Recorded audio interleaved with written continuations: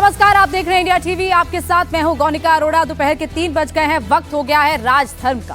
राजधर्म में आज बात होगी प्रधानमंत्री मोदी के नए कीर्तिमान की।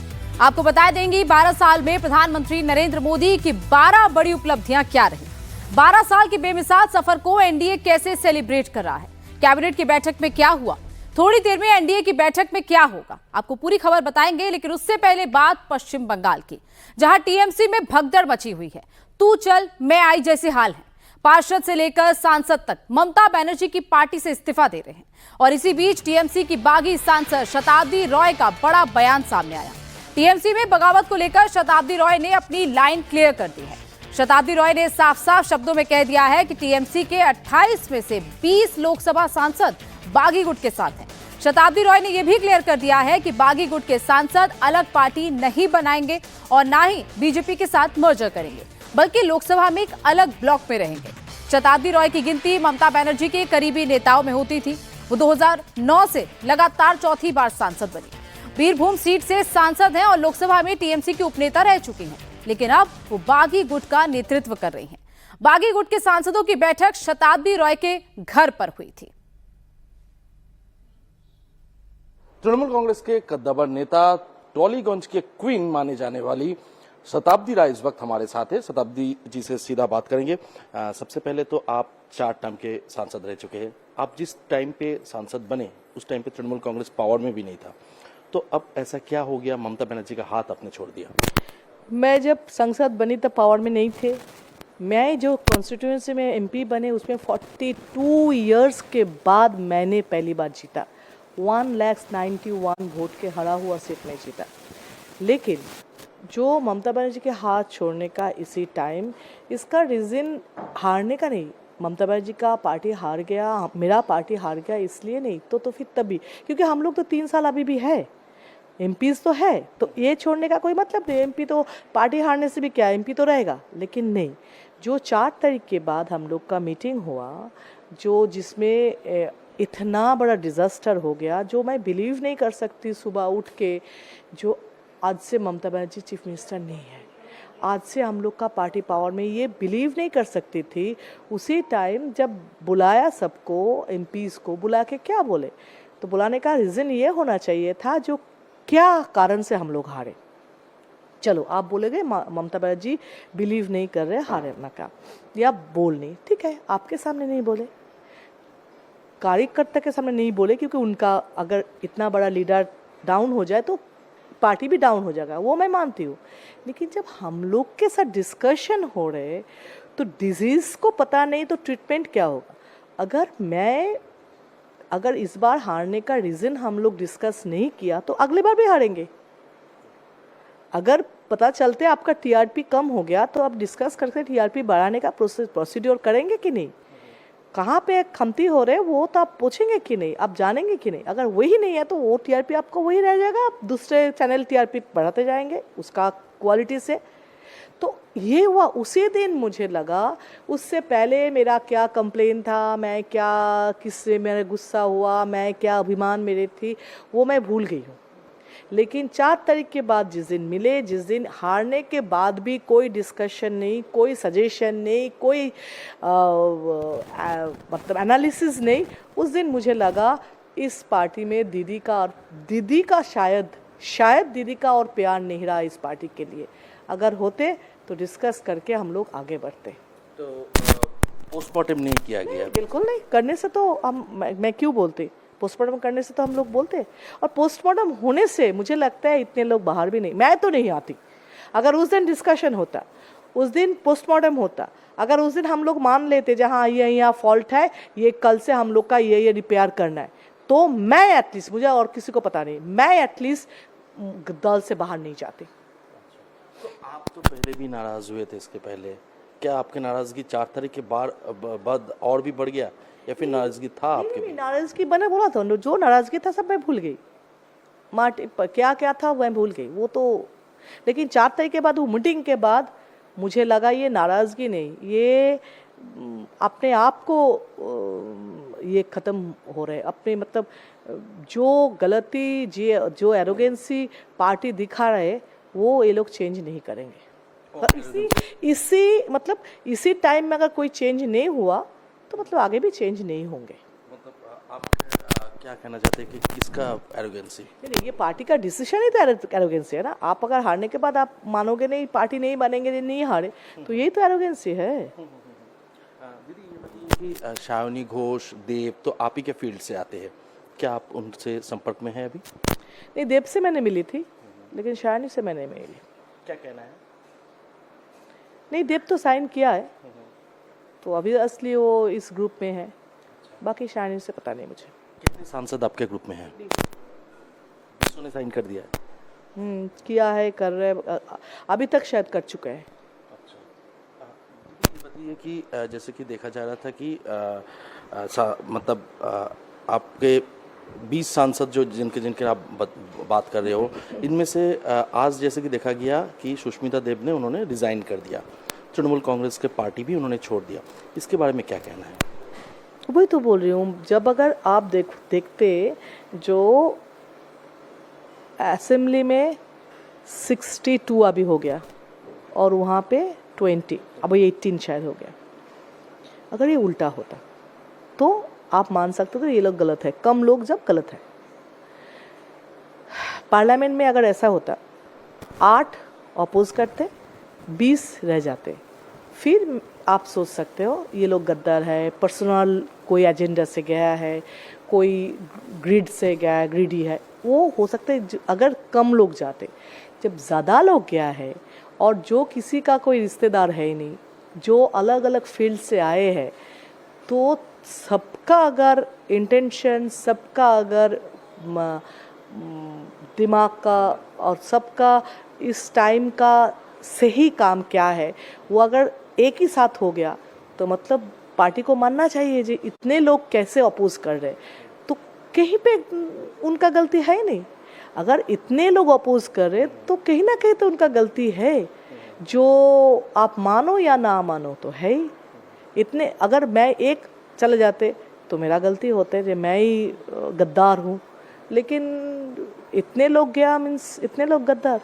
अगर गद्दार भी बने, क्यों गद्दार बने, क्यों ढूंढना बहुत ज़रूरी है। ये जो क्वेश्चन मार्क है वो आप अगर अवॉइड करोगे, क्यों नहीं ढूंढेंगे, उसको आप कबूतर जैसा छुप के नहीं रह सकते। आपको आप अगर सोचेंगे कि आप क्यों नहीं मिल रहे आपको, तो मतलब आप ढूंढने नहीं चाहते हो, आगे भी क्यों मिलेगा नहीं, और ये क्यों का जवाब अगर आपके पास नहीं है तो आगे भी अल्लाह जाने, ऊपर वाला जाने। आपके पास क्या है वो क्यों का जवाब है? हाँ, क्योंकि मतलब करप्शन, पहला करप्शन, सेकेंडली दल पार्टी का ओवर कॉन्फिडेंस, जो भी है हम लोग जीतेंगे, जैसे भी है जीतेंगे। थर्ड है जो ममता बनर्जी पार्टी का पूरा सब कुछ अभिषेक के ऊपर छोड़ दिया। जो लोग ममता बनर्जी के साथ इमोशनली जुड़े थे, जो प्यार से ममता बनर्जी के साथ, ममता बनर्जी के लिए पार्टी करते थे, वो लोग अपसेट हो गए थे। जो 40 साल से ममता बनर्जी के साथ है, जो 15 साल से, जो 20 साल से है, जो लोग एरिया जानते, उनको छोड़ के पुणे से आके, बिहार से आके, मध्य प्रदेश से आके, जेएनयू मतलब बहुत फर्स्ट क्लास फर्स्ट डिग्री लेके जो लोग आके यहाँ पे डायरेक्शन दे रहे थे, उससे ज़्यादा इम्पोर्टेंस वो लोकल मतलब लीडर्स थे, उनको इम्पोर्टेंस दे दे के यहाँ इन लोगों को देना बहुत बड़ा गलती है। और ये चलते जा रहे लोगों का मतलब ये जो करते जा रहे थे, जब से आईपैक प्रशांत किशोर चले गए तब से ये प्रतीक जैन, तो मुझे लगता है वो बिजनेसमैन है, प्रशांत किशोर पॉलिटिशियन है, तो ये इसके बाद से सबने आईपैक के अगेंस्ट में अपोज करने लगे, सब तब भी कोई स्टेप नहीं ले, उल्टा उसके ऊपर जबरदस्त थोप दिया, तो ये रिजल्ट होना था। आप लोगों ने कभी पार्टी में बात करने की कोशिश नहीं की इसके बारे में? हाँ किया, बहुत लोग किया है, बहुत लोग करने की कोशिश किया है, लेकिन ये वहाँ पे करने का कोई चांस होता नहीं है। मीटिंग होता है मीन्स सुनना होता है ये। और सेकेंडली जो लोग देखेंगे, जो लोग पार्टी में बोल बोल के थक जाते थे वो मीडिया के सामने आके बोलते थे। अगर वो मीडिया के सामने आके बोलते थे फिर भी उसके ऊपर स्टेप लेते थे। क्यों मीडिया के सामने गया? और आसपास 2-4 मिनिस्टर थे जो 2-4 साथ में चिपक के रहते और रहने वाला थे जो बोलते थे हाँ पार्टी में बोलना चाहिए। पार्टी में बोल बोल के थक गए, तब भी वो मीडिया के पास गए, तब भी उसके ऊपर स्टेप। तो ये तो सही नहीं था ना। आप लोग जो 20 सांसद है, ये क्या आप अलग से तृणमूल कांग्रेस के कोई नया ब्लॉक बनाओगे या फिर एनडीए के साथ आप लोग? अभी अलग से ब्लॉक ही है जो 20 सांसद एक साथ रहेंगे। एनडीए के साथ जाने का कोई फैसला? के साथ सपोर्ट देंगे। ऐसे अभी किसी ज्वाइन करने का अभी कोई प्लानिंग है नहीं, टाइम बताएंगे क्या होने वाला है। मतलब एनडीए को जितने भी बिल्स आएंगे उनमें सपोर्ट आप देंगे? वो डिस्कस करते करते, अभी तो सिर्फ साइन ही किया है, सब डिस्कशन करते करते करेंगे। तो तृणमूल कांग्रेस का आने वाला भविष्य आप क्या देखते हैं? मुझे कोई पता नहीं है, मुझे कोई आइडिया है ही नहीं, और मुझे कोई इतिहास भी ऐसा पता नहीं है। कोई पार्टी हारने के 1 महीने बाद ऐसा चूर चूर हो जाती है, ये भी मेरा कोई मतलब मैंने कभी सुना भी नहीं है, मैंने पढ़ा भी नहीं है, तो इसलिए मुझे पता नहीं है। लेकिन ममता बनर्जी ठीक रहे, अच्छे रहे। ममता बनर्जी का स्ट्रगल बहुत रहा, ममता बनर्जी लड़ के यहाँ तक पहुँचे। मैं इमोशनली ममता बनर्जी के साथ अटैच हूँ, बाद में भी रहूँगी। मैं खुश नहीं हूँ ममता बनर्जी के छोड़ के, ऐसा नहीं है। लेकिन डिसीजन जो है ये डिसीजन सही है मेरा, लेकिन ममता बनर्जी का छोड़ना डिसीजन में मैं अपसेट हूँ। ममता बनर्जी को मैं प्यार करती हूँ, लेकिन उसका ये तरीका मुझे गलत लगा। लेकिन वो इंसान को मैं रिस्पेक्ट करती हूँ, प्यार करती हूँ, और मैं मेंटली अपसेट भी हूँ ममता बनर्जी को छोड़ के। उसी दिन आपके घर पे बैठक हुआ दिल्ली में, जिस दिन ममता बनर्जी दिल्ली में उपस्थित थी, तो आप ही के घर में बैठक हुआ। शुभेंदु अधिकारी की मुख्यमंत्री वो भी पहुंचे, तो उस दिन क्या हुआ बैठक में? शुभेंदु अधिकारी ने क्या कहा? उस दिन मुझे भी पता नहीं था, मैं बाहर थे, इंडिया के बाहर। मैं उसी दिन आए थे दिल्ली में, और मुझे पता नहीं था दीदी भी वहाँ पे होगी ये सब। लेकिन अल्टीमेटली नया सीएम से बात था, जो हम लोग काम करेंगे, कैसे करेंगे, क्या सपोर्ट वो देंगे कॉन्स्टिट्यूएंसी में, वो अपना मतलब सीएम के तरीके से भी सपोर्ट देंगे, ये सब बात करना था। इसलिए वहाँ पे सब आए थे मीटिंग की। क्या बातचीत हुआ? कुछ नहीं, वही वो सपोर्ट देंगे कॉन्स्टिट्यूएंसी एमपी लैट छोड़ के भी, वो अलग से डेवलपमेंट में सपोर्ट देंगे। आपसे आखिरी ये सवाल है कि आप इमोशनली अभी तक ममता बनर्जी के साथ कनेक्टेड हो, तो क्या आप पार्टी पद भी आप छोड़ेंगे आने वाले दिनों में? हाँ, जो रूल्स में होगा वो तो करना ही है, करेंगे। पार्टी भी छोड़ेंगे?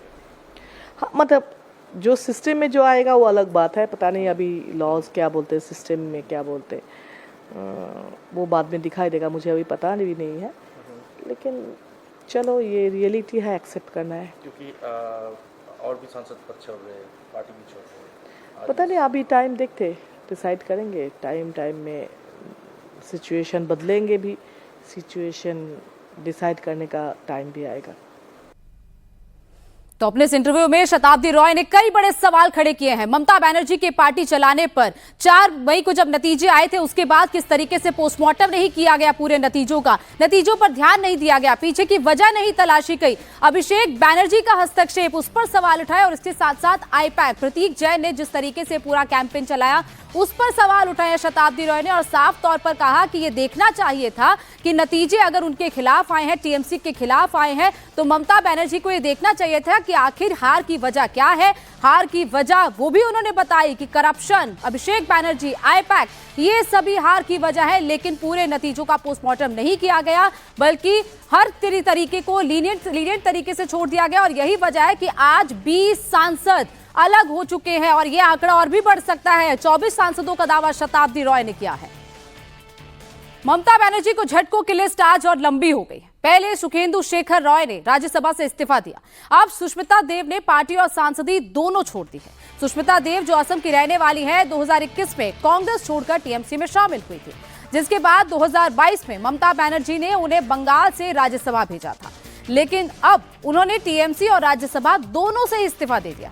उन्होंने कहा कि वो असम की रहने वाली हैं, ऐसे में बंगाल की सियासत से उन्हें कोई मतलब नहीं। इस्तीफे से पहले उन्होंने असम के मुख्यमंत्री हिमंता बिस्वा शर्मा से भी मुलाकात की। सुष्मिता देव का राज्यसभा से इस्तीफा मंजूर कर लिया गया है। तो वहीं ममता बनर्जी को पहले विधानसभा में झटका लगा है और 80 में से 58 विधायक बागी हो गए थे। फिर लोकसभा में लगा जब 28 में से 20 सांसद बागी हो गए।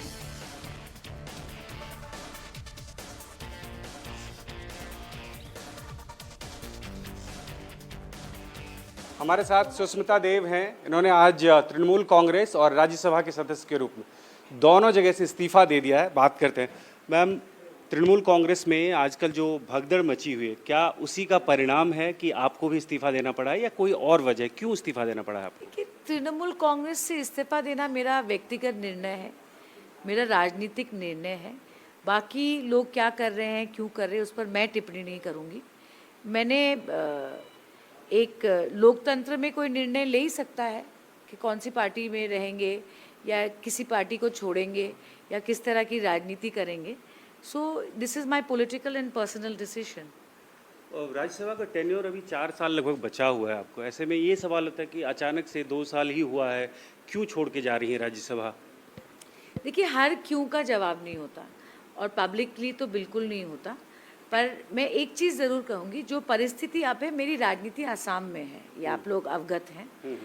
फिर भी मैं बंगाल के लोगों को उनके प्रति आभार व्यक्त करती हूँ, क्योंकि राज्यसभा में जो आता है वो एमएलएस के वोट से जाता है, जिन एमएलएस को जनता वोट करती है।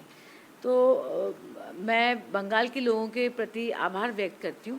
पर मैंने 5 साल में देखा है कि मुझे राजनीति करनी है तो आसाम में करनी है, और मेरे को इलेक्टरल पॉलिटिक्स अच्छा लगता है, क्योंकि मैं लोगों के बीच में रहना चाहती हूँ। तो इसलिए मुझे लगा कि आप टेन्योर की बात कर रहे हैं। देखिए, टेन्योर बड़ी बात नहीं होती, टेन्योर बड़ी बात नहीं होती, मंत्रालय बड़ी बात नहीं होती। राजनीति में लोगों के बीच रहकर रेलेवेंट रहना बहुत ज़रूरी होता है, और मुझे लगता है कि जो स्टेप मैंने लिया है, it will help me be more relevant in Assam politics and electoral politics. 2014 में आप लोकसभा के सांसद बने, असम से ही पूरा टर्म आपने काम किया। उसके बाद फिर आपको क्या ऐसा फैसला लेना पड़ा कि आप तृणमूल गई और वहाँ से आपको लग रहा था कि आप असम की जनता के लिए काम करेंगे? अब क्या बीजेपी के साथ जाके असम की जनता के लिए आप काम कर सकते हैं, ऐसा कुछ फैसला लिया है आपने? देखिए, मैं ये कोई छुपाने वाली बात तो है नहीं। मैं तो आसाम के माननीय मुख्यमंत्री डॉक्टर हिमंत बिस्वा शर्मा से भी मिल के आई हूँ। मैं तो छुप को नहीं गई, रात को नहीं गई, है ना। मैं दिन में ही गई हूँ, रिज़ाइन देने के बाद गई हूँ, ये भी सुन लीजिए। सो मेरी उनसे अच्छी बातचीत हुई है। हाँ, पर देखिए, राजनीति में अगर आप एक तरफा नहीं बोल सकते कि मैं इस पार्टी में जाऊंगी, मैं ये करूंगी, मैं वो करूंगी, वो पार्टी का निर्णय होता है। तो ये सवाल तो आप मुख्यमंत्री से करिए।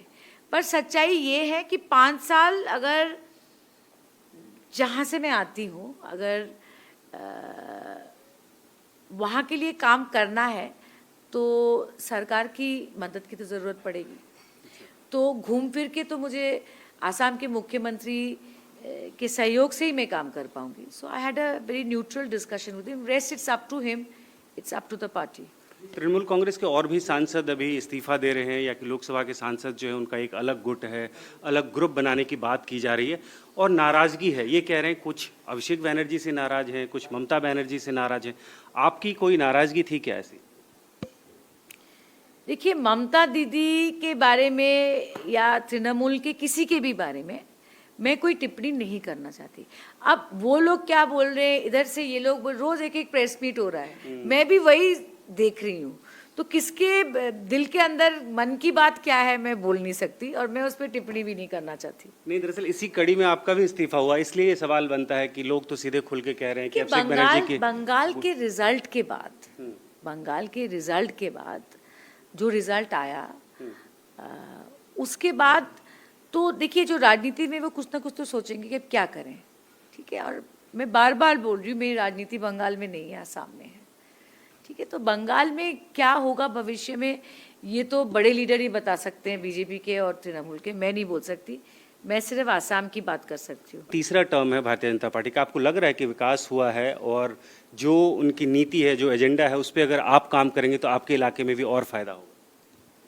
देखिए, असम में क्या काम हुआ है या क्या काम नहीं हुआ है, आप लोग खुद जाके देखिए। और जिस क्षेत्र से मैं आती हूँ, वहाँ तो बारिश के सीज़न में ना ट्रेन चलता था ना प्लेन चलता था, फिर भी जितना इम्प्रूवमेंट हुआ है। मैं तो राजनीति में हूँ 30 साल से, मेरे पिताजी कांग्रेस में थे, मंत्री थे, तरुण गोगोई जी मुख्यमंत्री थे। बहुत बड़ा परिवर्तन हुआ है। ये देखिए, कोई माने या ना माने, जैसे आज जो मेरे से नाराज़ होंगे मेरे निर्णय से, बहुत सारी बातें कहेंगे, पर आपको मैं आमंत्रण करती हूँ, आइए, मैं पुराने फ़ोटोज़ दिखा दूंगी और अब के फ़ोटोज़ दिखा दूंगी। मैम, एक आखिरी सवाल। भारतीय जनता पार्टी के कुछ नेता कह रहे हैं कि तृणमूल कांग्रेस अब खत्म हो चुकी है, कुछ नहीं बचा है। क्या ये एक डर भी वहाँ के नेताओं में या आपके सहयोगियों के मन में था कि इसलिए सब छोड़ के जा रहे हैं? देखिए, कौन रहेगा कौन नहीं रहेगा ये तो जनता तय करती है।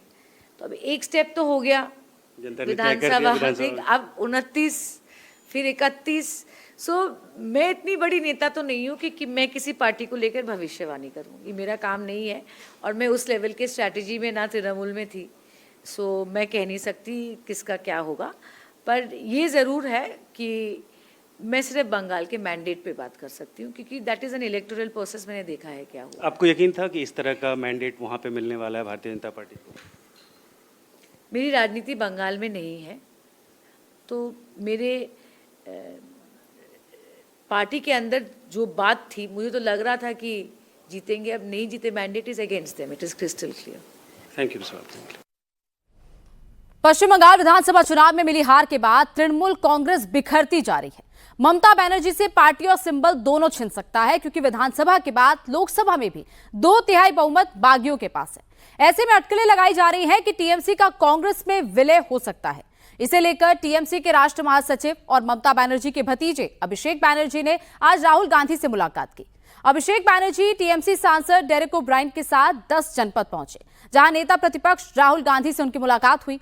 और इससे पहले 9 जून यानी कि कल टीएमसी अध्यक्ष ममता बनर्जी ने कांग्रेस संसदीय दल की अध्यक्ष सोनिया गांधी से मुलाकात की। टीएमसी के निष्कासित लीडर रिजू दत्ता का कहना है कि ममता दीदी के पास अब टीएमसी का कांग्रेस में विलय करने के अलावा कोई विकल्प नहीं बचा। कम से कम उन्हें राष्ट्रीय स्तर पर पहचान तो मिलेगी और बंगाल में अल्पसंख्यक वोट बैंक बिखरने की बजाय उनके समर्थन में एकजुट हो सकता है। मौजूदा राजनीतिक परिदृश्य में अभिषेक बनर्जी के लिए कोई जगह नहीं है।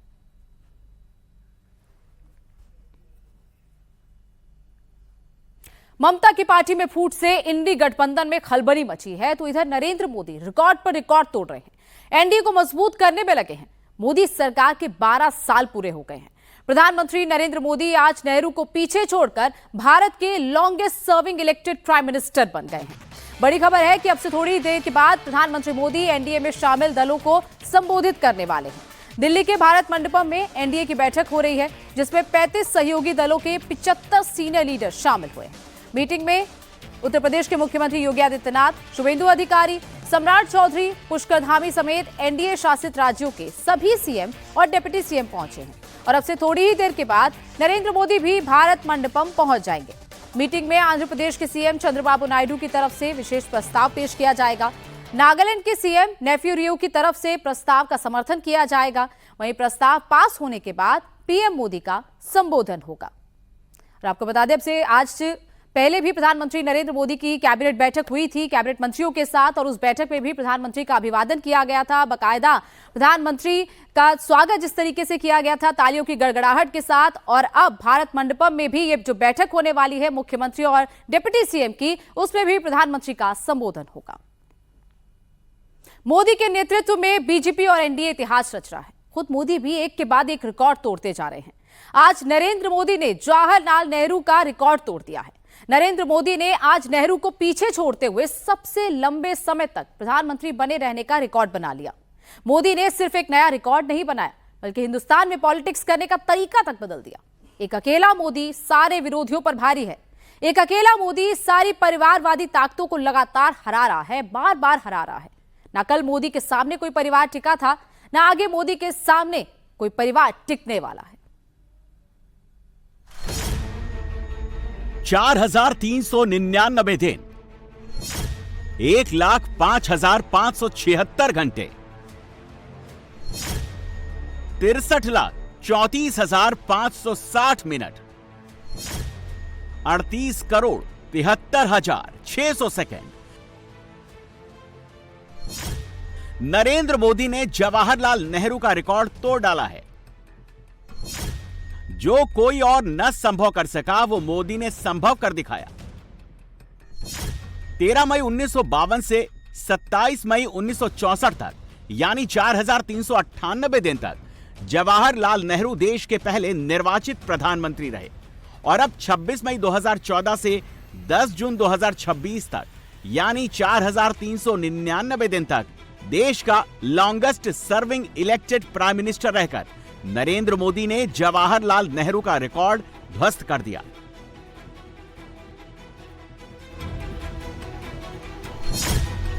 कैलेंडर में 10 जून की तारीख आते ही नरेंद्र मोदी ने नया इतिहास रच दिया। मोदी लगातार 4,399 दिन तक निर्वाचित प्रधानमंत्री रहने वाले देश के पहले लीडर बन गए हैं। मैं नरेंद्र दामोदर दास मोदी ईश्वर की शपथ लेता हूं कि मैं विधि द्वारा स्थापित भारत के संविधान के प्रति सच्ची श्रद्धा और निष्ठा रखूंगा। मैं भारत की प्रभुता और अखंडता का अक्षुण्ण रखूंगा। मैं संघ के प्रधानमंत्री के रूप में अपने कर्तव्यों का श्रद्धापूर्वक और शुद्ध अंतःकरण से निर्वहन करूंगा।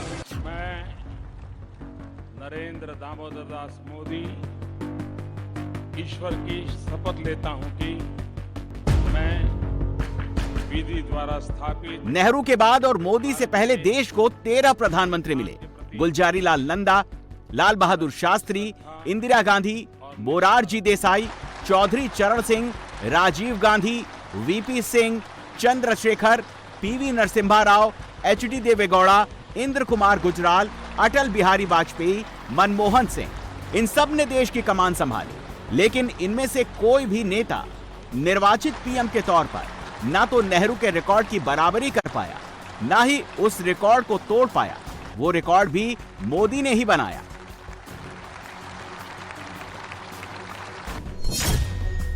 नरेंद्र मोदी से पहले निर्वाचित पीएम के तौर पर पंडित नेहरू के बाद सबसे लंबा टेन्योर इंदिरा गांधी का था, जो लगातार 4,077 दिन तक देश की प्रधानमंत्री रही। लेकिन नरेंद्र मोदी ने इंदिरा गांधी का रिकॉर्ड 25 जुलाई 2025 को तोड़ दिया।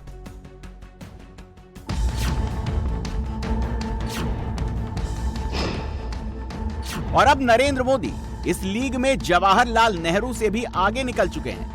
9 जून को मोदी ने नेहरू के 4,398 दिन की बराबरी की और 10 जून को मोदी 4,399 दिन के साथ देश के longest serving elected prime minister बन गए, सबसे आगे निकल गए।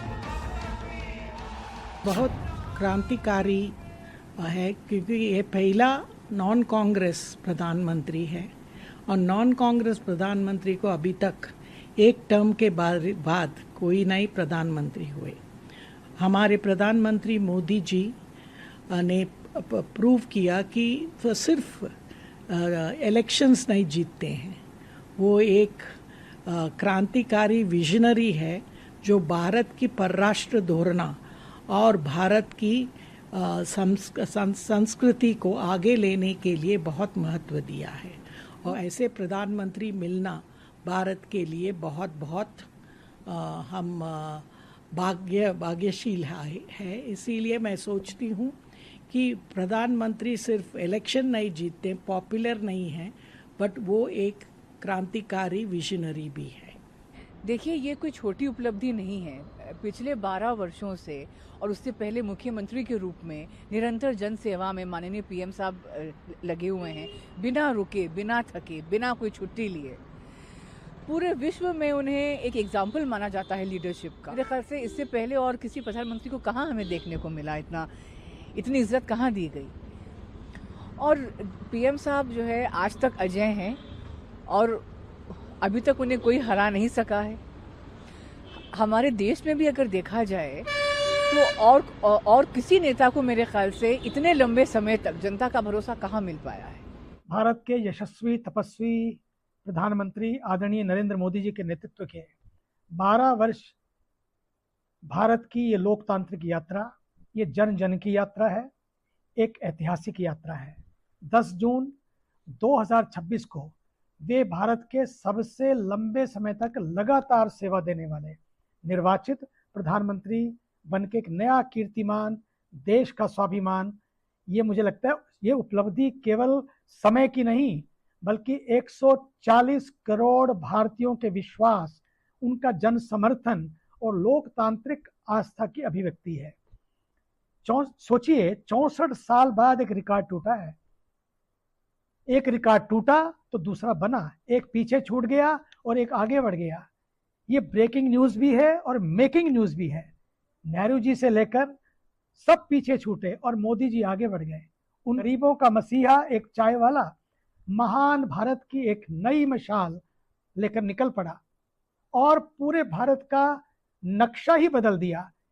चाल बदली, ढाल बदली, रूप बदला, रंग बदला, सब कुछ बदल दिया। भारत ने नेहरू जी का युग देखा, इंदिरा जी का नेतृत्व देखा, लेकिन आज एक ऐसा दौर है जब विश्व भारत को केवल एक देश के रूप में नहीं बल्कि विश्व को नेतृत्व देने वाला भारत देख रहा है। जो भी हो भी क्यों ना, क्योंकि भारत के पास एक ऐसे दूरदर्शी, कर्मयोगी, सबके लिए जीने वाले, सबका साथ, सबका विकास और सबको साथ लेकर चलने वाले प्रधानमंत्री हैं। क्योंकि मोदी जी हैं तो मुमकिन है। सवाल है जो नरेंद्र मोदी ने कर दिखाया वो कोई और नेता क्यों नहीं कर पाया?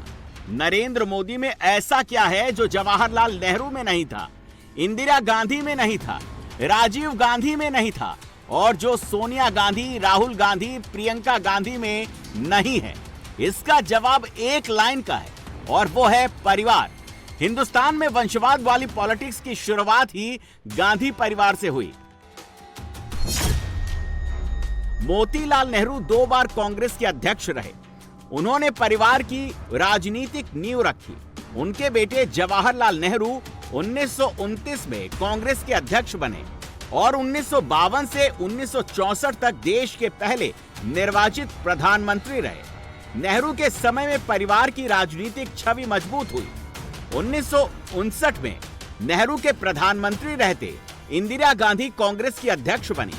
कांग्रेस में सच्चा डायनेस्टी मॉडल इंदिरा गांधी के समय विकसित हुआ जब उन्होंने अपने बेटों संजय और राजीव गांधी को आगे बढ़ाया।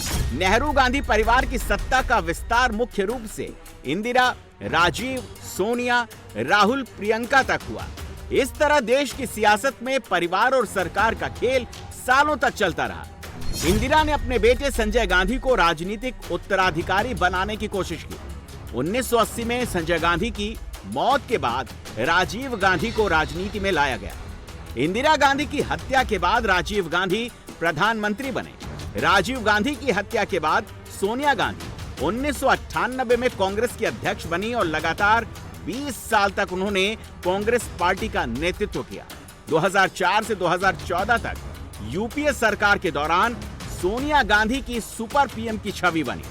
2017 में राहुल गांधी कांग्रेस के अध्यक्ष बने। वर्तमान में वो कांग्रेस का प्रमुख चेहरा और सांसद हैं। प्रियंका गांधी भी सक्रिय राजनीति में आई, पार्टी की महासचिव बनी, सांसद बनी। कुल मिलाकर गांधी परिवार के 3 सदस्य प्रधानमंत्री बने और दशकों तक कांग्रेस और देश की सियासत पर परिवार का ही नियंत्रण रहा। आजादी के बाद 50 से 55 साल गांधी परिवार ने सरकार पर प्रत्यक्ष या अप्रत्यक्ष नियंत्रण रखा। परिवार की इसी विरासत ने लोकतंत्र में मेरिट को कमजोर किया और देखते ही देखते परिवारवाद वाला ये मॉडल पूरे देश में फैल गया। कई क्षेत्रीय पार्टियों जैसे RJD, Samajwadi, NCP, Shiv Sena, UBT, BSP और डीएमके में भी परिवारवाद मजबूत हुआ, परिवार हावी हुआ और आज तक हावी है। लोहिया जी का परिवार कहीं नजर आता है क्या? वो भी तो समाजवादी थे। जॉर्ज फर्नांडिस का परिवार नजर आता है क्या? वो भी समाजवादी थे। नीतीश बाबू हमारे साथ काम कर रहे हैं, वो भी तो समाजवादी हैं। परिवार का ही नजर आता है क्या? ये समाजवादी लोग हैं। लेकिन ये लोग देखिए, पूरा परिवार। मुझे एक बार किसी ने चिट्ठी भेजी थी, मैं तो भूल गया आज। उन्होंने कहा कि इनके परिवार से, ये सपा जो है उत्तर प्रदेश का, 45 लोग ऐसे थे जो किसी न किसी पद पर थे। एक ही फैमिली के 45 लोग। 25 साल की उम्र के करीब करीब सभी व्यक्ति को चुनाव लड़ने का मौका दिया गया है। क्या ये परिवारवाद का लोकतंत्र के लिए खतरा है? इसलिए मैं कह रहा हूं, एक परिवार से अनेक लोग जनता के बीच में जाएं, एक परिवार से 2 लोग जाएं, 3 लोग जाएं और जनता उनको चुनाव करके भेजे, वो एक राजनीति का पहलू है। लेकिन दूसरा, एक परिवार के लोग ही उस पार्टी के अध्यक्ष बने, उस पार्टी के ट्रेजरर बने, उस पार्टी का पार्लियामेंट्री बोर्ड बने। पिताजी अगर नहीं कर सकते हैं तो बेटा अध्यक्ष बने, बेटा नहीं कर सकता है और बूढ़ा हो गया है तो उसका बेटा अध्यक्ष करे, पिता नहीं रहे तो पुत्र करे। ये जो विरासत और वारसा बारिश के रूप में चल रहा है, डायनेस्टी के रूप में चल रहा है, कोई डायनेमिक्स है ही नहीं, ओनली डायनेस्टी। ये जब बनता है, पार्टी परिवार की बन जाती है। और आप देखिए हिंदुस्तान की बर्बादी कहां से हो रही है। जम्मू कश्मीर से शुरू करिए, पंजाब में देखिए परिवार वाली पार्टी, आप हरियाणा में देखिए परिवार की पार्टी, उत्तर प्रदेश देखिए परिवार की पार्टी, झारखंड देखिए परिवार की पार्टी, आप तमिलनाडु में जाइए परिवार की पार्टी। ये परिवार ही पार्टी चलाता है। परिवार जो चाहे उनका भला। ये लोकतंत्र के लिए बहुत से बड़ा खतरा है। जब परिवारवादी राजनीति चलती है, परिवार ही सर्वोपरि होता है। परिवार को बचाओ, पार्टी बचे या न बचे, परिवार को बचाओ, देश बचे या न बचे, ये जब होता है तब सबसे पहले कैजुअलिटी कौन सी होती है? परिवारवादी राजनीति में कैजुअलिटी कौन सी होती है? बेटा जैसा भी होगा लेकिन वही अगला अध्यक्ष बनेगा। तब सबसे बड़ी कैजुअलिटी टैलेंट की होती है। लेकिन हिंदुस्तान की नेशनल पॉलिटिक्स में नरेंद्र मोदी की एंट्री के साथ ही पूरा का पूरा गेम चेंज हो गया।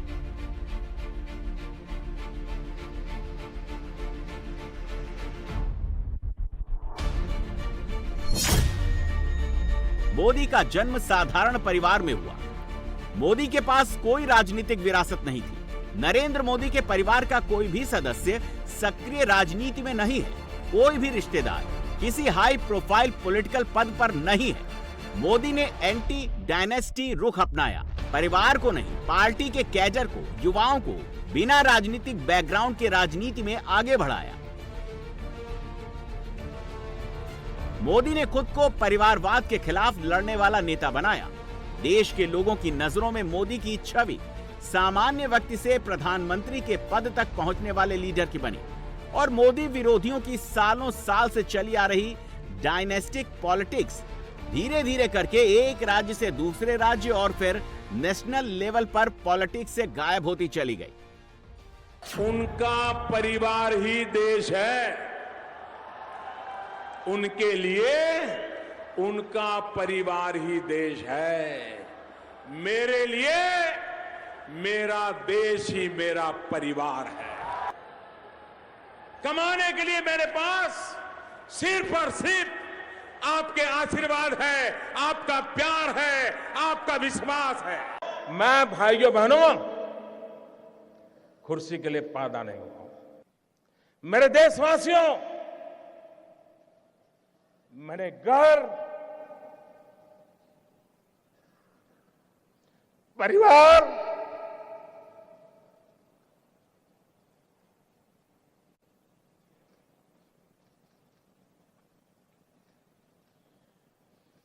सब कुछ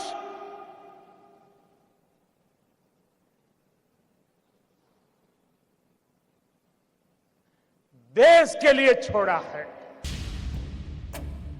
नरेंद्र मोदी का राजनीतिक सफर बिल्कुल अलग दौर से शुरू हुआ। प्रधानमंत्री बनने से पहले उन्होंने संगठन में लंबे समय तक काम किया, जमीनी राजनीति की, चुनाव लड़े, प्रशासनिक अनुभव हासिल किया। जिस दौर में मोदी उभरे उस समय भारतीय राजनीति गठबंधन सरकारों, क्षेत्रीय दलों, वैचारिक टकराव और कड़े चुनावी मुकाबलों से भरी हुई थी। राष्ट्रीय राजनीति में किसी एक पार्टी का वैसा दबदबा नहीं था जैसा आजादी के बाद कांग्रेस का हुआ करता था।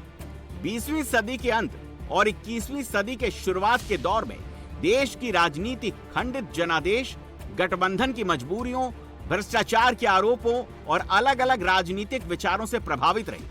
ऐसे माहौल में राष्ट्रीय नेतृत्व हासिल करने के लिए भी लगातार चुनाव जीतना और जनता का समर्थन बढ़ाना जरूरी था।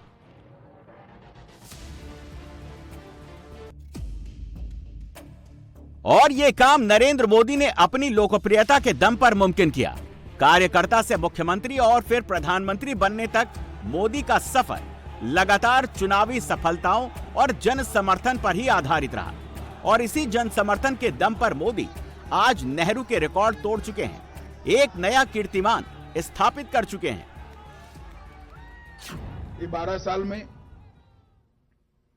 डेमोक्रेसी में भी आमूलचूल परिवर्तन आया। हम सब जानते हैं कि हमारी लोकतांत्रिक व्यवस्था में परिवार और जाति और भ्रष्टाचार ऐसे नासूर बने थे कि सब लोग इसके साथ जीने की आदत डाल दिए थे। नरेंद्र मोदी जी ने हमारी डेमोक्रेसी में एक मूलभूत परिवर्तन किया। परिवार की पॉलिटिक्स की जगह, जाति की पॉलिटिक्स की जगह, भ्रष्टाचार से कमाए हुए पैसों के प्रभाव वाली पॉलिटिक्स की जगह परफॉर्मेंस की पॉलिटिक्स का योग किया। और इसके कारण अनेक राज्यों में बार बार चुनने वाली सरकारें आई, स्थिरता आई। प्रधानमंत्री श्रीमान नरेंद्र मोदी जी ने इन 12 वर्षों में एक क्षण भी विश्राम नहीं किया। जनता का काम ही उनके लिए रामकाज है। रामकाज कीने बिना मोही कहां विश्राम। सामान्य आदमी दिन और रात इतनी मेहनत नहीं कर सकता, वो सुपर ह्यूमन है। महर्षि अरविंद जी ने जो कल्पना की थी अति मानव, वो अति मानव सुपर ह्यूमन है। दिन रात बिना विश्राम किए, बिना थके, बिना रुके वो देश और देश की जनता की सेवा में लगे हैं। भारत के लिए भगवान का वरदान है नरेंद्र मोदी। वो विकास पुरुष हैं। इन 12 सालों में अधोसंरचना का जैसा विकास हुआ है उसकी कल्पना करना तक कठिन था। माननीय प्रधानमंत्री श्री नरेंद्र मोदी जी के कुशल नेतृत्व में भारत नई ऊंचाइयों को छू रहा है। भारत का वर्चस्व पूरे विश्व में बढ़ रहा है। भारत में सामाजिक समरसता, लोगों के जीवन में अच्छे उपहार, व्यापार और उद्योग जगत में तेजी और 12 वर्ष सुशासन के, विकास के और देश को अपनी विरासत को और आगे बढ़ाने के लिए जो माननीय प्रधानमंत्री जी के नेतृत्व में हम सब ने देखे हैं। भारत के सबसे लंबे अरसे तक चुने हुए प्रधानमंत्री बिना कोई ब्रेक के, ऐसे वो खिताब भी उन्होंने आज तोड़ा है।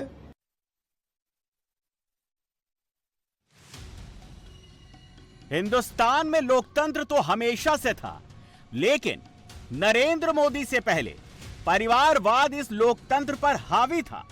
मोदी के आने के बाद सब बदल गया।